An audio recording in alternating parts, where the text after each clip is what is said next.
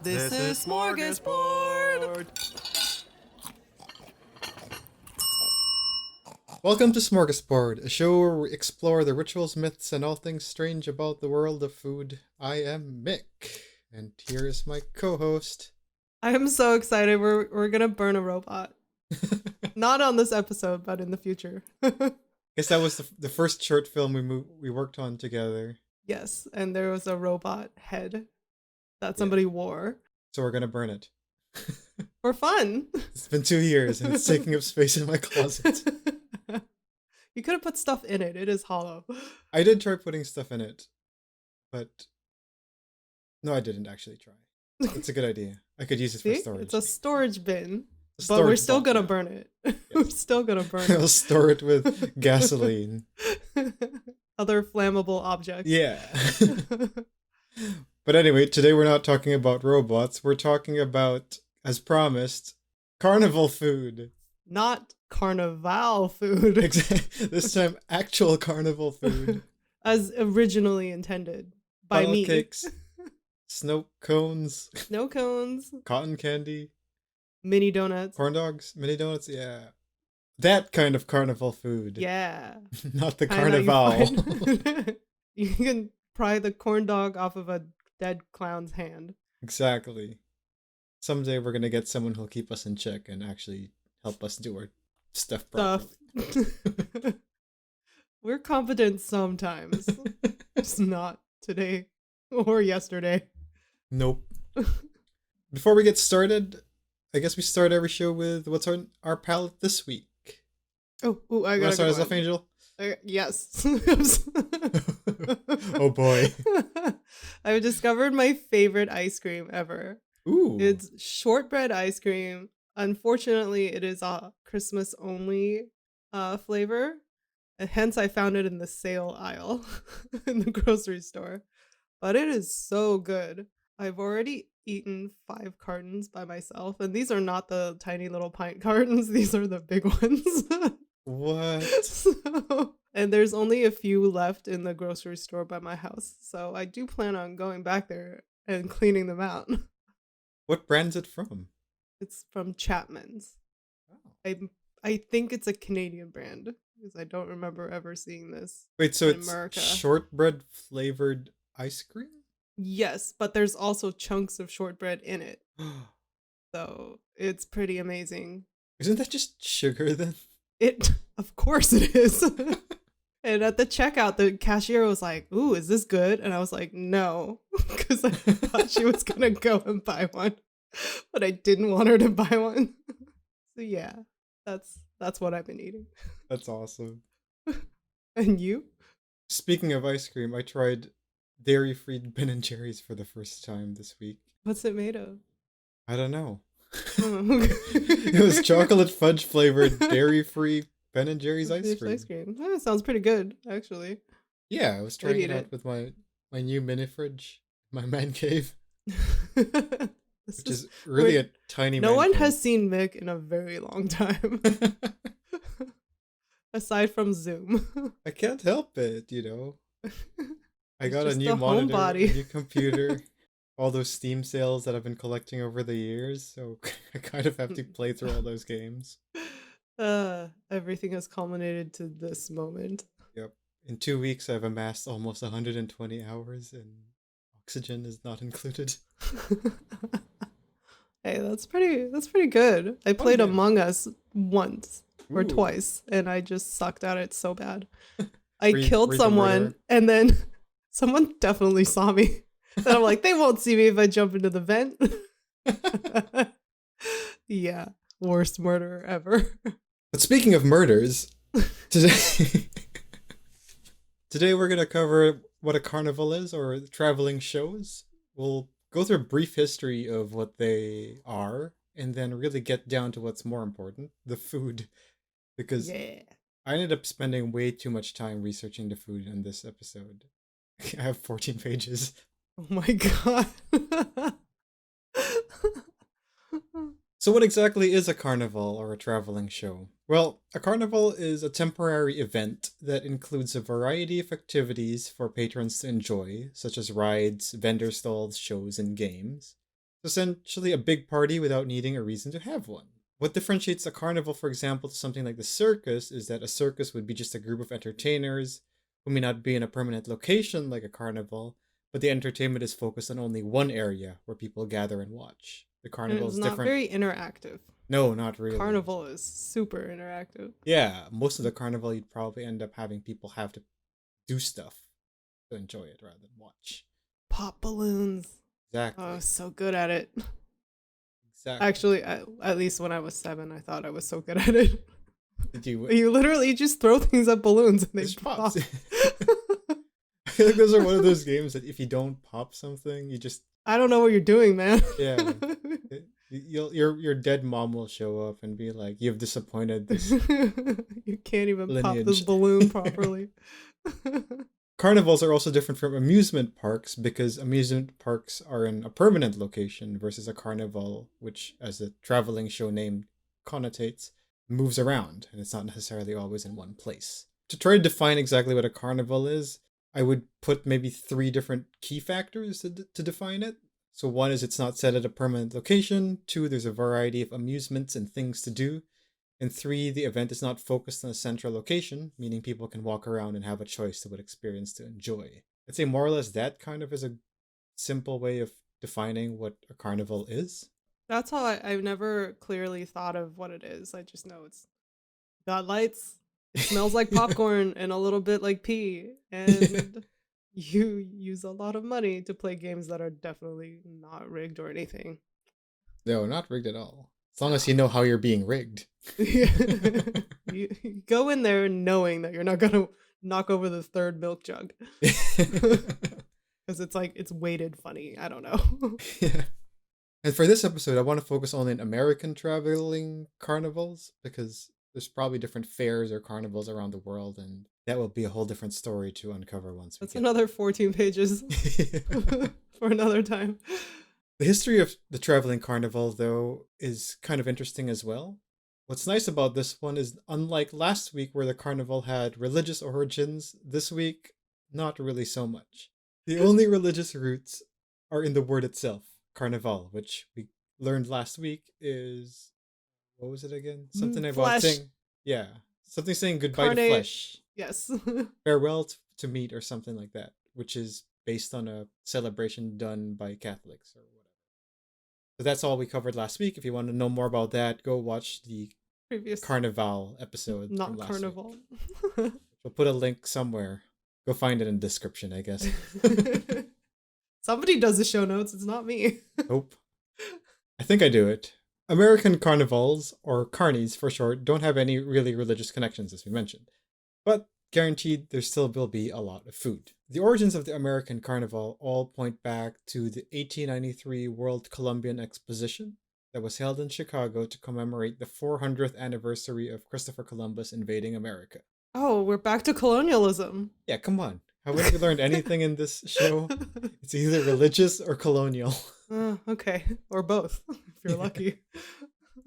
Traveling bands of entertainment before this expo were prevalent already, especially during the 18th century, but most of these were rather small. You won't have rides, you won't have big wagons and merchants and all that. Those all came during 1893 during the celebration. What's interesting about this celebration is it was actually held back by a year. They screwed up the 400th anniversary. They celebrated it in the 401st anniversary of Christopher Columbus. Which is kind of funny because isn't 401 the error when you can't find a page? Yes. Yes, it is. 401 Carnival not found. Sorry, your invasion is not found. Colony not found. I mean, that's technically true because he was looking for something else. Yeah, true. Maybe they were onto. Maybe that's why it's called the 401 error. Ooh, that's deep. Also founded in 1893. Who knows? The event itself was crazy successful because they sold over 25 million tickets, which is pretty big given the American population. That many people? Yeah. In 1893, I don't think, or it was 300 million people. I guess it's probably under 100 million people. So, yeah, quite a bit of tickets. I feel like in the pre-industrial age, I'm like, yeah, like 4 people was alive. Yeah. One to start the fire, one to cook the food, and one to eat the food. And The then the other other one two to are just freeloaders. yeah. Anyone who's done a group project knows that. Oh yeah. Oh yeah. The event itself was an exhibition of everything new, crazy, and strange. Some examples of the stuff that were shown in the exhibition were the first use of the Ferris wheel, was invented by George W. Ferris. There were architectural discoveries of different buildings. There was an electricity convention, I guess, where they showed different things like the electric kitchen. There was a moving sidewalk. You could see also the electrotachyscope, which is an early form of Is it moving one of those pictures. things that you? Oh, okay, never mind. I thought It's it was one of those glass balls and you touch it and then the little rays like come to your oh fingers. no, I don't think no, it's not like that. It's those it's like the spinning thing, and then when you spin it, it looks like it's the image is moving, but it's just Yeah, it's like it's, early animation, yeah, basically. exactly that. But it's like a picture of a horse. Yeah, It's just doing pretty horse much. things. That was actually invented because of a bet, if I remember right. Because the What? bet was that horses at some point had all four hooves off the ground. Oh So right, they wanted to okay. prove that, I so they took a did series know of the story. photos. Yeah. The World Columbian Exposition was so successful that people actually wanted to bring some of the festivities to the rest of the country, hence the creation of the traveling carnivals, because they wanted to show all this mystery and crazy flair. Few adventurous people started to create traveling companies. Many failed, since there aren't as many people in rural America. They thought 25 million people would show up. I don't know why. Probably thought just a few, but Like four. so much less showed up. Yeah. The first known traveling company to set up a carnival was the Ohio-based Canton Carnival Company, who started the first carnival in May 30, 1899. Party like it's 1899. Mm-hmm. Which had Mm-mm. stuff. We have electricity.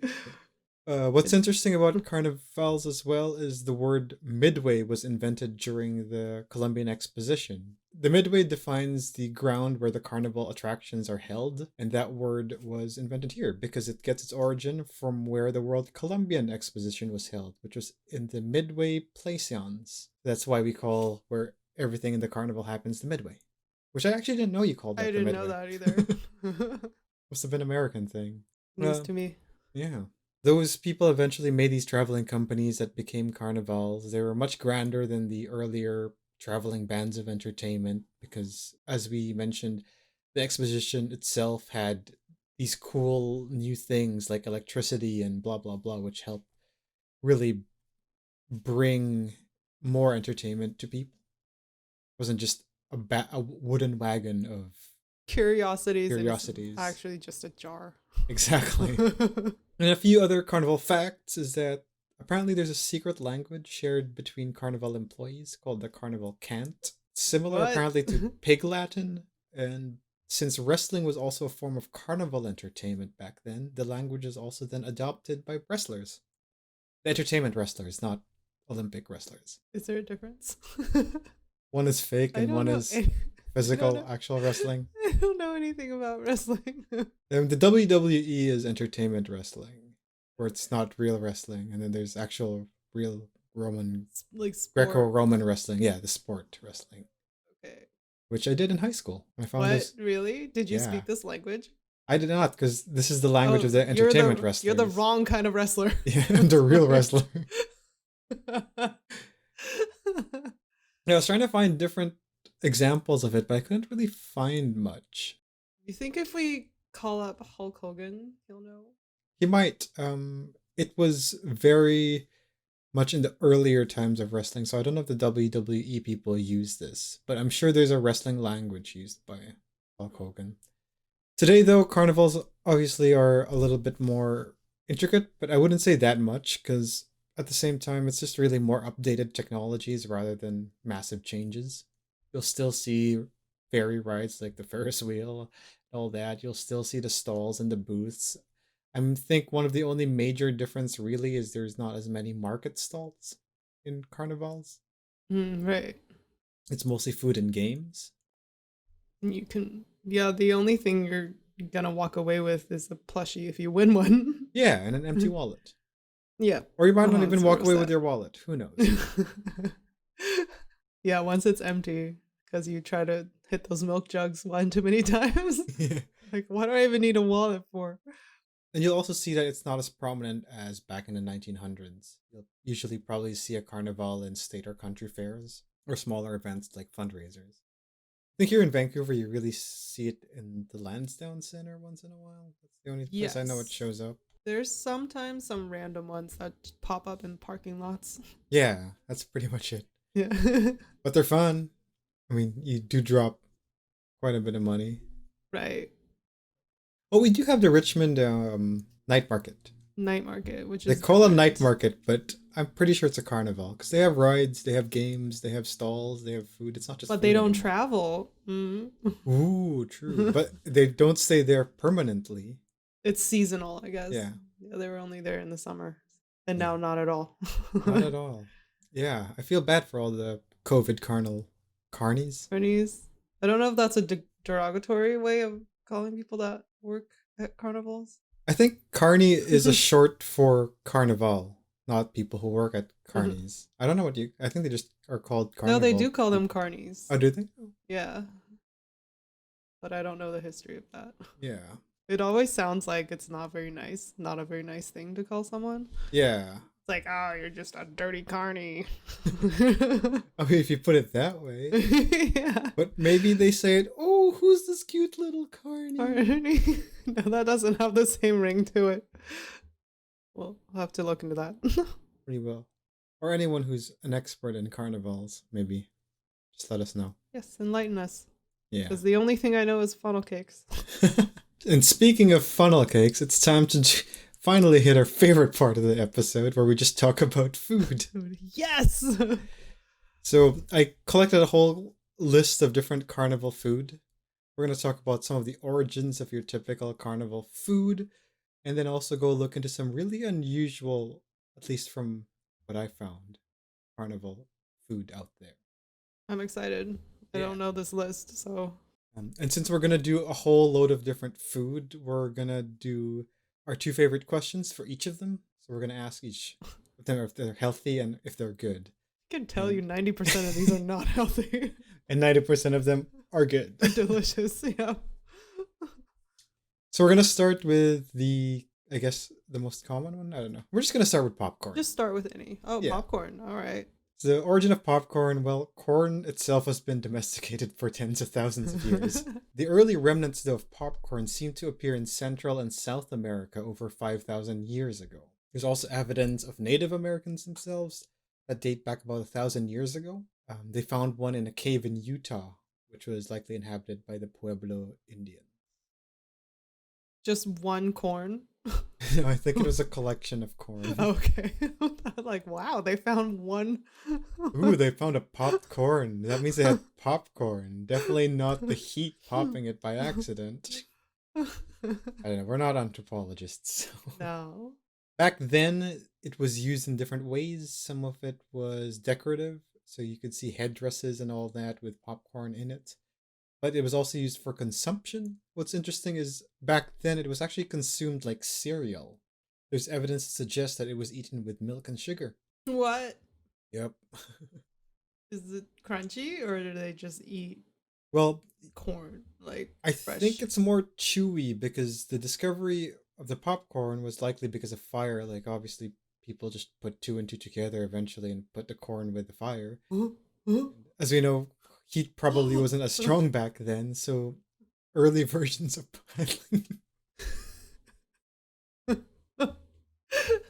We'll probably post a video of what Angel just did for people who are listening. That was cavemanning. She was caveman miming popcorn. Early versions of popcorn apparently looked more like parched corn, which is more just dried corn, I guess. So thirsty. And over time, through cultivation and finding the right strains of corn, do we really find popcorn as we know it today. So it took a while until popcorn became what we think it is today. The simplicity of how to make popcorn is likely why colonizers also adapted popcorn. So early American settlers probably found this as a really neat trick as a way to cook corn, so they adapted that as well. But the origins of popcorn do root back from pre-colonial ages. When it comes to popcorn today, and you want to find how to make it, there's the corn kernels, which according to the USDA need to be at 14% moisture. Yes, it can't be completely dry or it's Yeah. not gonna pop. And to get it to pop, you also need heat. That's it. That's it. In carnivals, you'll probably see them in popcorn makers, but as everyone probably knows, to make popcorn, you just need the corn. But you could also sweeten it with sugar or cook it in a kettle to get the kettle corn as well. Oh, I love kettle There's corn a so more much. modern take to it, I guess, which is super tasty and essentially popcorn. It's sweet and salty at the same time. Yeah, so it's just infused or layered popcorn. I guess it just, yeah, I don't know. I've watched them make it before. Yeah. They're just a big old pot. Yeah, and I think you just stir. In terms of strange concoctions, I found that in Minnesota, they have comet corn, which is making popcorn using liquid nitrogen. What? Oh, so they're like freezing the Yeah. corn until it pops? Yeah. Does it taste? Does it taste different? I don't think so. The only thing that makes it different is that when the popcorn's served to you, it's smoky. Like a comet that just landed in the ground. It's made of corn. Yep. That's it for popcorn. Its national holiday in America apparently is January 19. That was yesterday. Oh yeah. As we're recording this. It is. Wow, I didn't have a single piece of popcorn yesterday. Neither did I. I was suffering in pain. And as we asked the two questions, is it healthy or is it good? Apparently it can be healthy if there's no butter or sugar. Oh, Since so the it's boring kind. Yeah, because it's pretty much just a grain, so it's full of corn. fiber. There you go. Yeah. So it's good. It's good. Yeah. It's good. All right. Up next are candy apples, Ooh, yeah. which I have to say I'm not a fan of. Really? Oh, Maybe I haven't I had a guess good the time. consistency is kind of weird because you have to Yeah. like bite through the candy. Sometimes it stabs your mouth because Teeth the can- murderer right there. Yeah. I've always liked it. Maybe I just have to find a good candy apple. I've had a really good one on Halloween. You know how your parents always warn you like don't eat things that people make? Right. You're supposed to eat only packaged. I did not care. This lady gave me a candied apple and I ate it. Did you fall It was asleep? great. Did you turn into Snow White? Nope. Princess Leia? Which I don't know which princess it is. Princess Aurora is the sleepy Aurora. one. That's right. She's the Miss Sleepy one. Yep. That's right. Nope, I was fine. The origins of candy apples come from 1908, invented by William W. Kolb, who discovered candy apple while trying to create new holiday sweets by playing with cinnamon candy. And he had this idea of dipping apples in them. It was interesting here is because they didn't try to use candy to sell fruit. He actually thought that maybe using fruit will make it more appealing to people to eat candy. Funny how that's the reverse nowadays. Yeah, right? It wasn't really an instant hit, but it became a hit. And as we know, it's still pretty popular today. It's cute. Yeah. Like, as an accessory. It's adorable. Kind of like a little magic wand that's glossy and like brightly colored. Yeah, exactly. On the flip side of candy apples, there's also caramel apples, which have a different origin story. Well, different and the same.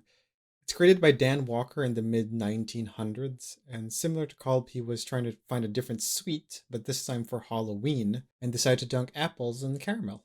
Which is like more intuitive because caramel is easier to warm up and dip things into. Yeah. I like caramel apples better. I don't think I've tried it. I need to try more apples. Yeah. I'm not even an apple fan, but dipped in sugar, yes. Yeah. Why not? Today, though, there are different flavors of covered apples as well. So there are taffy apples, which are... Weird. Yeah, they include peanuts, apparently. Don't know if like... I think that's just too chewy. Like, you'll just have taffy all over your mouth. Yeah, days. this is a kind of... It's like a filling puller. Yeah. Right there. There's also chocolate-covered apples, which can have a whole variety of other things attached to it, from crushed peppermint to marshmallows to fudge to whatever you could think of. Essentially, the apple just becomes a vessel for more sweets. Yeah. When it comes to how to make candy apples, well, you need apples and you need a stick to shove the apple in it. And then just making caramel or liquid candy, which is just heated sugar water. In high school cooking, we actually made candy and apples, Oh, no way. which is one of the weirder. We were like, we could have just baked cookies. I don't know why. Making Maybe candied your apples. teacher was really into candied apples. She could have been. We had to measure the temperature of the candy to make sure it's not burning, but also it has to be really hot. And I just did not have the patience for it. I just ended up pouring like boiling sugar water, but like with not enough sugar because I didn't measure it properly onto my apple. So I just cooked my apple, basically. I made boiled apple. It's covered in water. Yeah. Oh, it was disappointing. This one's covered in paper towel because I'm trying to dry it. That's more fiber than you'll ever need in one sitting. Yeah, I mean, liquid candy. I mean, we say it as just heating sugared water, but it is definitely an art to make. There's liquid constant candy. stirring. Yep. Yeah. What's fun about candied apples is its national holiday, which is October 31st. It's Halloween. Yeah. Do all these foods have national holidays? Most of them do. Wow. I'm excited to see if there's one on my birthday. But we'll just keep going and I'll say yay if it is. And when it comes, is it healthy or is it good? Well, apples are healthy. It could be good for your heart. But combined with caramel is high in fat and sugar, which is not good for your heart. So I guess it's even. Apple is like a very starchy fruit too. Yeah. So it's just like carb on carb. Yeah. Depends on if you think that's healthy. I don't think it is. Definitely not. Just because the apples are good for your heart doesn't mean that it counterbalances that caramel's bad. All the other crap. Yeah. I would say this is more on the unhealthier side. But same. According to Angel, it is good. It's not my favorite, but I don't not like it. If that makes sense. Yeah, it totally does. The next one we have are snow cones. The origin of snow cones are as early as the commercial availability of ice. When did we figure out how to refrigerate things? Which is during the American Industrial Revolution, or the early 1900s. Well, back then, ice wasn't as readily available as it is today. Ice was actually delivered to you in ice trucks. Trucks would run around with blocks of ice, selling it to whoever wants. The origins of the snow cones itself likely came from this time, because your everyday children would probably go ask for ice shavings from these passing trucks, and these trucks would gladly give some of these shavings away. And as these kids enjoyed consuming some of these ice shavings, parents also found ways to try to add more flavor to it. So some of them would add sugar, syrups, or even egg custard of sorts to it. What? Yeah. So I would try that. I would too. It's egg, vanilla, and sugar for anyone who wants to try it. Egg, vanilla, and sugar. Now, are you supposed to cook it, or you just mix the egg right in? Well, it's a custard, so I think you mix it and heat it up a little bit. I don't know. I haven't made custard in a while. Isn't that how you make custard? I have never made custard in my life. I think you have to heat it up. Okay. But for the person who wants to take credit for the creation of snow cones, that goes to Samuel Burt, or King Sammy. King Sammy. Yeah, where he apparently sold his concoction of ice and syrup at a Texas state fair in 1919. I'm gonna guess it wasn't cool colored back then. Yeah, probably not. Ah, Sammy. And then by 1920, King Sammy, though, did invent the mechanical ice shaver, which allowed for snow cones to be produced even quicker. This man's entire life was spent innovating on ice. Oh yeah, it was. He even cool. is the one attributed to be responsible for the wax cone that snow cones come from. Oh, what an innovator. That's passion right there. Respect. Mad respect. We call it snow cones, not Sammy cones. Sammy cones. In Hawaii, though, snow cones are not called snow cones. They're called shaved ice. And apparently they're also known for the rainbow-flavored shaved ice. Yeah. Which is banana, strawberry, and vanilla combined with condensed milk. Great. Yeah. Oh, that sounds amazing. I think this is something we should make. That is something we should make. I have an ice shaver in my storage room. Ooh. It looks like a penguin. Now, how to make snow cones? Well, the ingredients are pretty straightforward. You need ice and syrup of your choice. If you want to make it carnival style, then get an ice shaver, get the wax cone, and put the ice on the cone, put the flavored syrup of your choice, and there you go. In Carnivals, there's such a variety of different flavors from banana, watermelon, pineapple, blue raspberry, lime, grape, blueberry, cherry, coconut. I could keep going, but you know. It's just sugar, but Oh, cool. yeah. This is actually one of the ones that doesn't have a national holiday yet, and I'm pretty upset about it. I think May 14 should be the national holiday. All right, it is That way done. I have a reason to have a snow cone for my birthday every year. Oh yeah, Oh, done. Instead of a cake or in addition to a cake. oh, instead of, I want a cake-sized snow cone. That's a lot of snow cone. The Hawaiian style, the rainbow one with the Okay, banana, okay. strawberry, vanilla, and condensed milk. Yeah, sold. Which I guess is just like Hawaiian halo halo. Which is great. Yeah, no complaints there. When it comes to is it healthy or is it good? If it's healthy, I mean it's not It's- unhealthy. It's literally just water. sugar and water. It's the sugar part that makes it not healthy. Yeah. You need to hydrate, so Yeah. hydrate with a snow cone. There you go. All right, so what's next is corn dogs. The origins of corn dogs apparently seem to be quite contentious. Some claim it was created as early as the 1800s when German immigrants arrived in America and found that battering their meat, not beating it up, putting batter in it, and deep frying it made it tastier. Does it though? Yeah. Oh. They do. Are you questioning the validity of fried chicken? No. But for corn dogs, it's slightly different. Oh, totally. Continue. Anyway, It's just so- because the batter on chicken is actually crispy and corn Mm, dogs are not. deep fried bread. Yum. But it's not. I guess like It's not actually bread. 'Cause you use cornmeal. cornmeal. Yes, that's why yeah, that's why it's not crispy. It's so good. Yeah, anyway. The states of Texas, California, Illinois, and Minnesota apparently are trying to lay claim to which German created the corn dog first. At the end of the day, no one cares. Yeah, no, literally no one cares. But there was apparently an application for a patent in 1927 by the man Stanley Jenkins, who created a machine that would fry battered food on sticks. Just like any food that's like on a stick. I can make a corn apple. Yeah, it could be. I think he might have specified a hot dog. I don't know.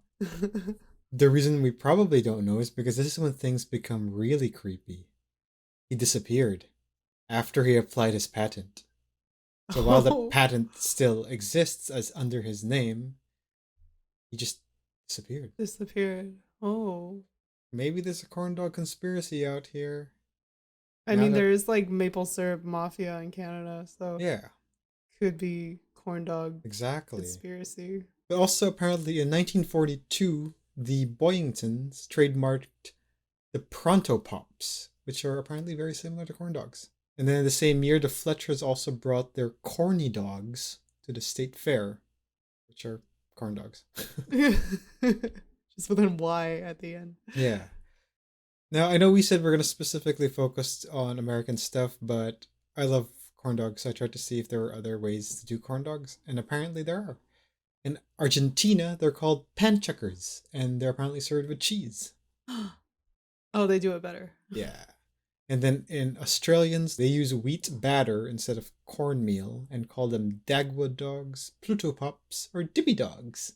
Those are so cute. I love it. Pluto Pops, is it because it's like Pluto, Mickey Mouse's dog, Oh god, turned into a hot dog? it's terrible. I hope so. I'll take 5.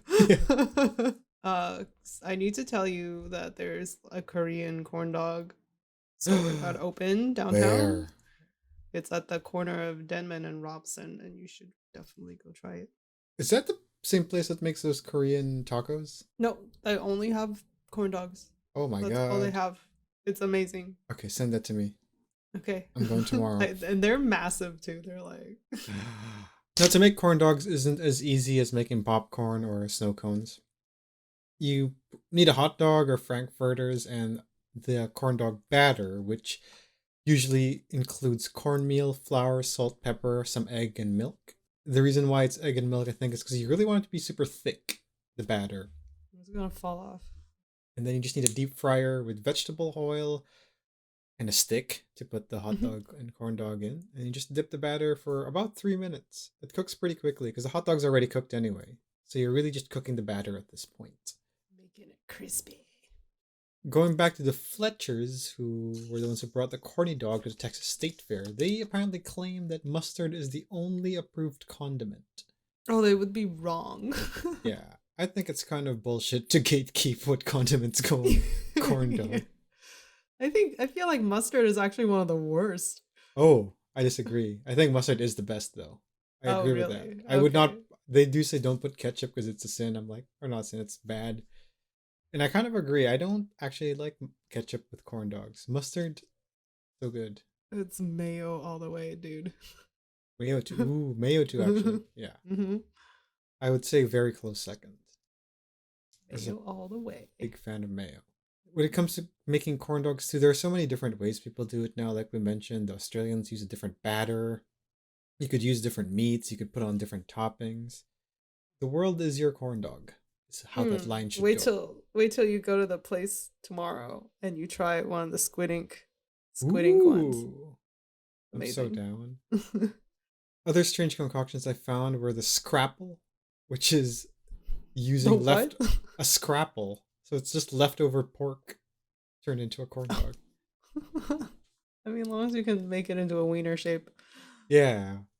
And then there are also in Nebraska, apparently there are moink balls, which comes from moo and oink put together. Moink. Yep. It's almost an offensive word. Sounds like it, yeah. But it's not. It's moink. Which is taking a beef meatball, wrapping it in bacon, and then putting it on a stick. Oh yeah, I'm not mad at this. The National Day of Corn Dogs is March 20. Oh, so close. So I had the feeling your birthday was in March, and I'm like, yes. Did I get it? So close, not quite. Is it close enough? It's about a week away. Damn. That's close enough. That's pretty close. When it comes to is it healthy or is it good, I just put a big fat nope on the healthy part. That's why it's great. I mean, the hot dogs itself is processed meat, and we already know how bad hot dogs can be because we already know that it causes heart disease, for example. Yep. And then there's the fact that it's deep fried, which can also lead to heart disease. And then there's the fact that you can't really only eat one corn dog. So then you get into this calorie sink of eating about 300 calories a corn dog, and you end up waking up a few minutes later realizing you just had 1,500. And then your arteries are completely closed. Yeah, but you're also still ordering another round. So sounds good. There's that with corn dogs. So to answer whether it's good or not, I mean, obviously. Duh. That's why you're ordering another round after your arteries clog up. Your last breath, you're like, please, just one more. Just one more dog. Pluto, is that you? Oh, it's a good way to die. Yeah. Next on the docket now is cotton candy. Oh, I like this one. Yeah. Is it cute? The early predecessors of cotton candy is spun candy, which has existed as early as the 15th century, but it's not really visually close to cotton candy because they're not as fine and silky as regular cotton candy. Because spun candy was created before the machine age, so you couldn't really spin it fast enough. Hand cranking it. Yeah. What's really cool about cotton candy, though, it was originally called fairy floss. Oh, I knew this for some reason. Now, the reason it's called fairy floss, I think, has something to do with who created it. What do you think the profession of the person who created cotton candy was? A fairy. Try the second word. Flosser. A flosser. A professional flosser. The floss? It was a dentist. Oh. I don't think the floss was invented back then. Oh. They were missing out back then. The floss was invented in like early 2000s. Really? It's been that long? No, by early 2000s, I mean like 2020. Oh, okay. Okay. Cotton candy was actually created by a dentist, Dr. William Morrison, who was not trying to get more patients by ruining their teeth, but actually was trying to create a sugary treat for his patients. I feel like that's so counterintuitive as a dentist to give your patients sugar. Maybe they didn't know better back then. I don't know. I don't know. Yeah, they probably didn't. They thought smoking was good for you and eating like Yeah. 6 different kinds of cheese that won't kill you. I mean, we still think that today about the I mean, cheese. yeah. Pretty sure there's been an episode where we talk about that many cheese. And so he invented it in 1897, and then by 1904 he brought his treat to the World's Fair in St. Louis with a candy maker by the name of John Wharton. There they sold 69,000 boxes Oh wow. at 25 cents each, which is back then a pretty expensive price because that's half the ticket price to get into the fair itself. Right. 25 cents with all that inflation. I'm gonna guess it's probably like $8 a box. Maybe, yeah. How much is it to get into a Carnival now? Yeah, about 20 I bucks. don't know. I haven't been to one. Okay, wait. What year was this? 1904. 1904. Let me find a inflation calculator. Yeah, it doesn't have 1904. It's too early for it. Can't even calculate it. So we're gonna say, okay, 1913. Let's just say 1913. It would be $6.54. Sure. So it's a slightly more. Yeah, then $8. we'll $8 add inflation. probably. Yeah, about $8. Good guess. Good guess. Go me. Yeah. And from there, it became the popular food that we know it today. It wasn't until 1920, though, that fairy floss was renamed to cotton candy by Joseph Lacroix, who invented a similar cotton candy machine and called his product cotton candy, since the product resembles the cotton that grows in Louisiana. Uh-huh. But you can eat it. Exactly. And when it comes to making cotton candy, it's in terms of ingredients, it's rather simple. You just need sugar and then food coloring or syrup flavoring if you want to add that flavor. I don't know what magic they do to make it so flossy. So the way they make it flossy is the cotton candy machine itself, which spins the sugar out of the center, right? When you think about, I think Yeah. it's centripetal force. When you spin something, it goes towards the outside. Yeah. So you put the sugar and all that in the middle, which is heated up. And as you heat It up just the like sugar, spits it out. it melts like a it. spider. Exactly. It melts it enough to get it spit out. And then at that point, it's so small because it's been spun at a fast rate, I suppose. That it I've turns always into... wanted to stick my hand in there and just go like this. Just have cotton Yes. candy hand. Eat it like Winnie the Pooh eats Yeah. honey. Yep. Yeah. But like imagine both of my hands just like puffy. What's that drinking game when you put like the 2 big jugs of beer and tape it into your hand, and you can only get rid of it once you finish drinking it? I have never played this game. That's right. It's called Edward 40 Hands. Because it's Edward Scissorhands, but with you just have jugs. a bottle of 40 on you. And, Sounds dangerous. oh yeah. But yeah, It's a high imagine school that. thing. But anyway, so yeah, that's how it kind of works. You just spin it, and then eventually the strands form it kind of like a web, and then you collect it with your hands or using a paper stick. I prefer hands. Yeah, for sure. Flavors of cotton candy can vary from bubblegum, banana, chocolate, vanilla, watermelon, blah blah blah. These are all just... I've never been able to taste flavor. I mean, like I Me know too. there's They a all vague taste the same. flavor. There's a vague. This isn't just sugar flavor, but you don't know what it is. It'd be interesting to do like a blind taste test. I feel like the flavor is suggestive from the colors that you're seeing. Yes, for sure. But it actually doesn't correlate at all. Yeah. It doesn't taste like anything. The national holiday of cotton candy is December 7. Oh, once again, Yeah. not even close. It's pretty far off. And when it comes to whether it's healthy or good, when it's healthy, it's just sugar again. So I'm it's gonna say as it's healthy not or healthy. unhealthy as eating pure sugar. Yeah, But- how much can you handle just pure sugar?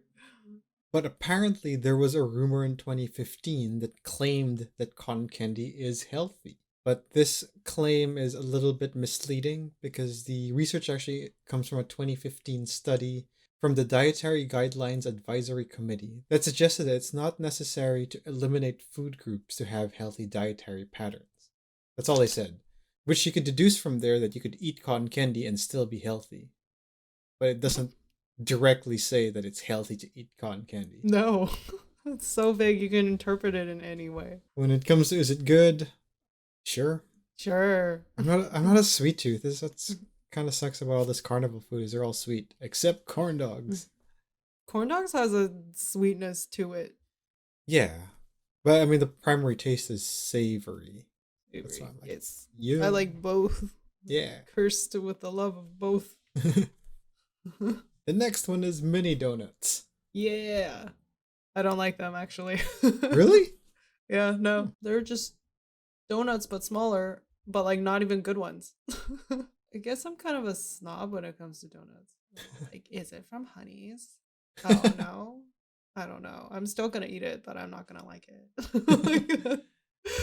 Let the record be told that you're forcing me to eat this donut. Yeah. Yeah, and I do like the fancy donut, like icings and stuff. Right. Fair enough. And you don't really get that often in Carnival mini donuts. Yeah, no, they're just fried bread. Now, the origins of mini donuts, or donuts, I guess, to begin with, seems to be as old as prehistoric Native American times. In terms of the US colonial history, though, it seems to date back to around 1847. The story goes that this lady, Elizabeth Gregory, made a deep fried dough of sorts flavored with hazelnuts and walnuts as a snack for her son, Hanson, as he traveled to New England, since these donuts were able to preserve for longer. So it was used as a snack during your boat traveling time. Your long travel times. Because medieval Uber takes a long time. Mm-hmm. And apparently it was also during this trip that Elizabeth's son, Hanson, created the donut holes. Did he start eating it from the middle? No, but I think you'll enjoy why he did that. It's because apparently he needed to transport these donuts during a storm. So he put the donuts through a wooden spoke of a ship's wheel. So he had essentially a donut kebab.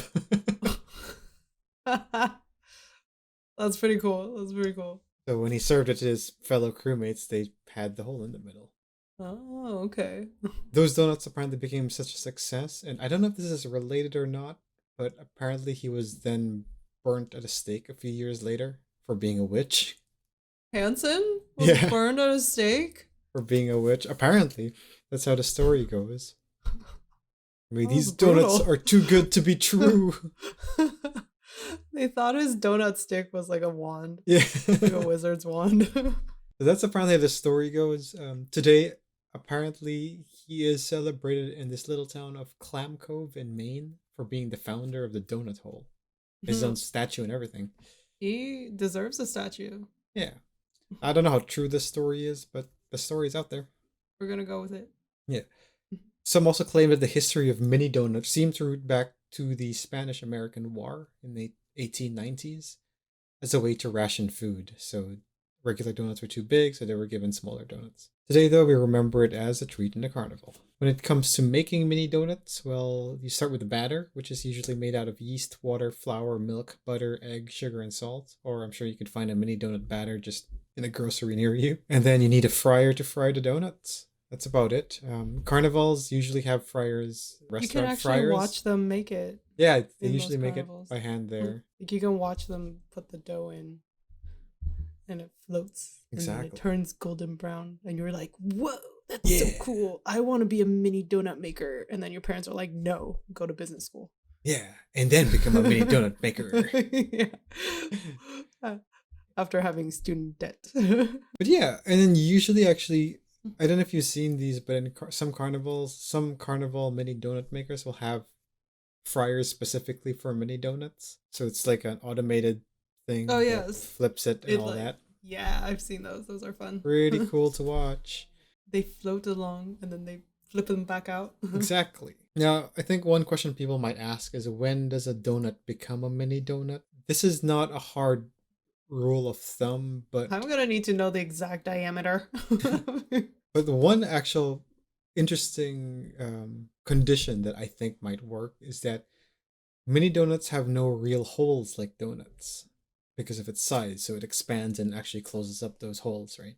Ooh, So I would that. say a donut becomes a mini donut when it's small enough that The hole's the closed. holes close. That's a good barometer. Yeah, I think so too.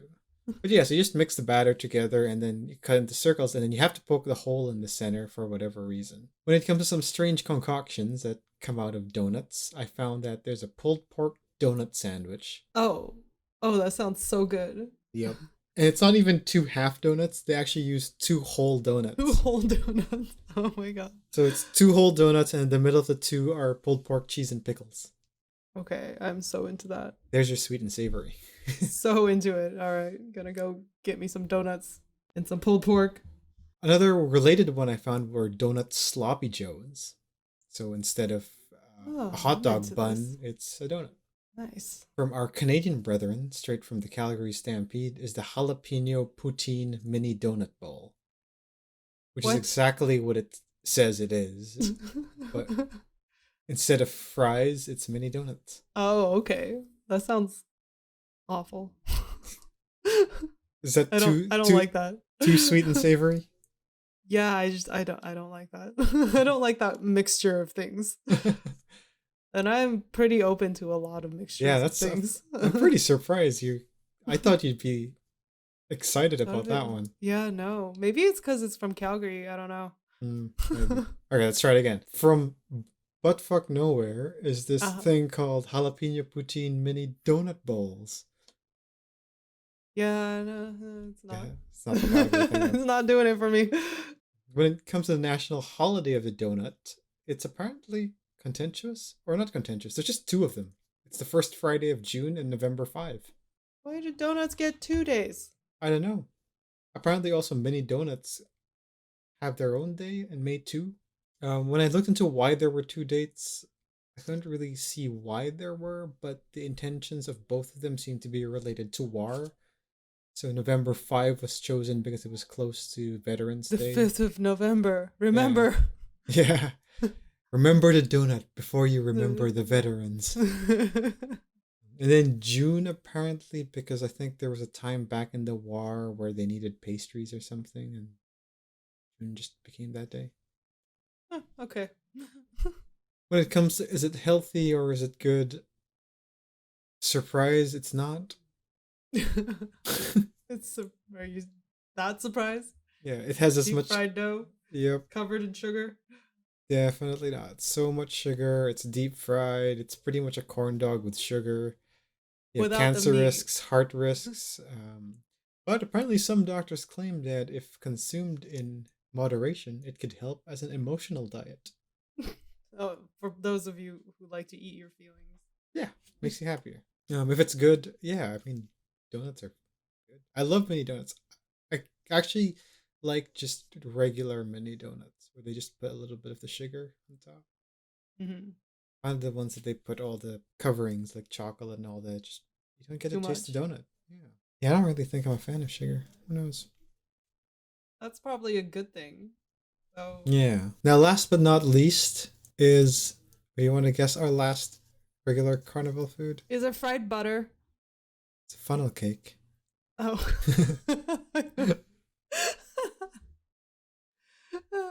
We haven't covered funnel cake yet. Of course. This But- one I like. But do hold on to that last thought because we're gonna get there. I think it's contradictory that I like funnel cake but I don't like mini donuts, even though they're both just fried dough. Yeah, that's actually interesting. Maybe you don't like mini donuts because of the word mini. No, I like mini things. They're so cute. But I to guess eat, you're like, I can't eat enough of a mini donut. I think it's because mini donuts are more bready, Mm, whereas Possibly. funnel cakes are thinner and they're just more right. crispy. Yeah. Yeah, that makes sense. I never actually knew what funnel cake was before I started researching this. Oh, they're so good. I thought it was like a cake. Or sorry, I thought it was those chimney cakes that you get from Oh, those are also good. German markets and stuff. So yeah, they're good. I can't remember what they're called for some reason. Tredelniks. That's it. Yes. That's a Czech word for them. It I is. don't know if they. Yeah. Yeah. I blew so much money on those when I was in Prague. My friend's like, "Do you want to go eat?" I'm like, "Only funnel cakes." She's like, no, I mean a meal. I'm like, no. only, only funnel Only cakes funnel cakes. or whatever they're called. Treadle Fidelnecks. necks. Yeah. Yeah. Chimney cakes, not funnel Chimney cakes. cakes. Yeah. Yeah. My bad. Now, the origin of the funnel cake apparently dates as far back as medieval Persia, Oh wow. where they were called, I think they were called mincebec, which is from the French word mise en bec, which translates to as put in spout. Pretty literal there. It is pretty little. Back then, it's similar here, where the dough was funneled into oil, and then funneling it into the oil and kind of creating a lattice kind of shape while it Yeah. was cooking. There's no like standard shape. It's just Yeah. it looks like a scribble. Yeah, actually so cool. But back then, it was usually garnished with syrup and salt. So there's your sweet and savory all over again. Yeah. Into it. Yeah. In America, apparently it was brought on by German immigrants again. In the 1800s, who would garnish it with fruit. It was known back then as Drek der Koek. Drek der Kooch. What their cooch? Drek der Kuche. Which comes from the German word Trichter, which means funnel. Hence why it's called funnel cake in America. It was apparently made popular by the Pennsylvania Dutch, where some families brought versions of funnel cake in as they were settling into America. There's this common perception that all Pennsylvanian Dutch people used to eat it back then, but apparently research nowadays suggests that it wasn't as popular as we thought it was among the Pennsylvanian Dutch community. It only really became popular and associated with the Pennsylvanian Dutch during the Kutztown Folk Festival in 1950, where professors on Pennsylvanian Dutch folklore presented elements of their culture during the festival. And one of it that they found was potentially funnel cake, which was served by this group of ladies, Grace Markle Henninger, Stella Heinley, and Emma Miller. They apparently brought funnel cake to this folk festival, and it was such a success that that's where funnel cakes rose in popularity. Good job, ladies. And guess what? They were not burned as witches. No, they were not. Good thing they were born in the 50s. You never know. When it comes to making funnel cake, it really is just a batter, a funnel, and a fryer. And icing sugar. Yeah, and whatever toppings you want to put on there. Exactly. The batter itself is flour, egg, salt, milk, and baking powder. Just your average batter. Apparently squeeze bottles help with making funnel cake. Funneling them into the deep fry. Yeah, I assume that helps. That works a little bit better than like a cake bag. An icing bag, I mean. It's like so hot over some boiling oil. Yeah. You gotta drop it from up high. Yeah. I watched them make it. I just don't remember how far away they were. I think they had like a industrial squeezer. You just put the dough in and then you just press the thing and it does the thing for you. It'd be cool if it's mechanized just to move randomly. So it's just a different funnel experience every time you buy one.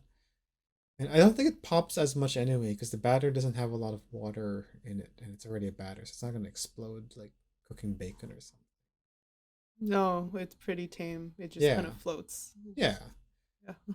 Now, to create a proper funnel cake, it's better to run the batter at home as you're moving your hand as well, so don't keep your hand still as you're spreading it. Just make a canvas.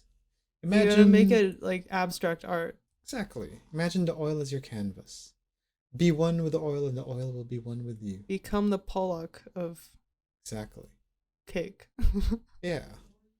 And then you can just grab something to pull it out, and then remove it when it's golden brown. Easy peasy. Now to top it off, like you said, powdered sugar. You could also put some whipped cream, Nutella. Honestly, put whatever you want, man. Personal favorite is strawberries. Ooh. I have a few strange concoctions here that might actually change your mind. Because they're all sweet and savory. Okay. One of it is a funnel cake cheeseburger. Oh my god. Which is exactly still my heart. What it is. Like literally, it's gonna just die. Still your heart. Yep. And you might as well, while enjoying your cheeseburger, have the Fiesta funnel cake, which is the funnel cake with jalapeno, salsa, and cheese. It's nachos Weird. funnel Yeah, cake, I guess. Nacho funnel cake. Nacho. That would be... Nacho Why- usual funnel cake. Yeah. Why do they call it the fiesta funnel cake? Call it the nacho funnel cake. I'd be into that, actually. Yeah. Ooh, maybe we should start a food truck. Just call it nacho funnel cake. Nacho ordinary funnel cake. We can have cheese option or not cheese option. Mm-hmm. You could put fried chicken or pulled pork. Oh my god. Now you're getting fancy. Yeah. The national holiday of funnel cake is July 16th. No, Sorry. not my birthday. Not at all. When it comes to is it healthier, is it good, it's donuts. So It's same not. answer as donuts. Yeah, unfortunate. I think we clocked in at some very unhealthy totals. Yeah. Tally. I think we were 100% unhealthy and 100% good on all of those. Love it. That's what I'm here for. I'm Yeah. about to eat some ice cream after we're done recording. Oh, there you go. So that's what we had for your usual food you could find at Carnival. You could send us whatever your favorite Carnival food is at your own Carnival. If we didn't cover it, which I feel like we've covered most things that I've seen. Yeah, I think so too. All right. Sweet. So I think now is a good time as any to probably pause Paper this. off. Yeah. This episode went on a lot longer than we thought, so we're probably going to do a two-parter on this. So next Weird week, stuff. Weird stuff. yeah, Oh, we're going to yeah. cover all the weird or strange different dishes that we found. Wait till you hear what my new favorite cluster of words is. And you said I you don't even did know how say to describe. you said what you had we like a just talked about. story about Carnival that you wanted to share. Oh yes. Oh no. So we could end on that. I don't remember what it is now. Oh, it's a good thing we're going to two parts. We're losing our minds a good already. story, and I don't remember it now. Oh well. But I do remember one time I was at a carnival for so long that they were closing and I refused to leave because there were no lines for the roller coaster. So I just kept going. Like I actually got off the roller coaster and then went back in line just to get on the roller coaster again. I did that like 5 or 6 times. And the guy was just like, okay. And then he like left. He's like, you could just stay on it. I'm like, okay, cool. And then he came back with like 3 bags of mini donuts because they're trying to get rid of them. And he's like, here. Enjoy. Best day of my life. That's awesome. Good job, guy. Good job, dude. His soul is probably dead. Running this carnival where like nobody else was there. It was just me. You got the full VIP experience. I convinced my mom that I am grown up enough to hit the carnival by myself. And you came to the carnival and you were literally by yourself. I was literally by myself, but then I walked away with so many donuts. Nice. That's a good day. That wasn't the story that I wanted to tell, but that is a story. Oh well. Well, for anyone else who has maybe a carnival story or other rituals or myths or any other food-related strangeness you have that you want us to explore, you can just find us at the Smorgies in Instagram or Twitter, or you could email us at smorgasbord@geekhappynetwork.com. Want to hear from everybody, whether we'd just like to exist hear or from not. everybody. Yeah. This is Smorgasbord.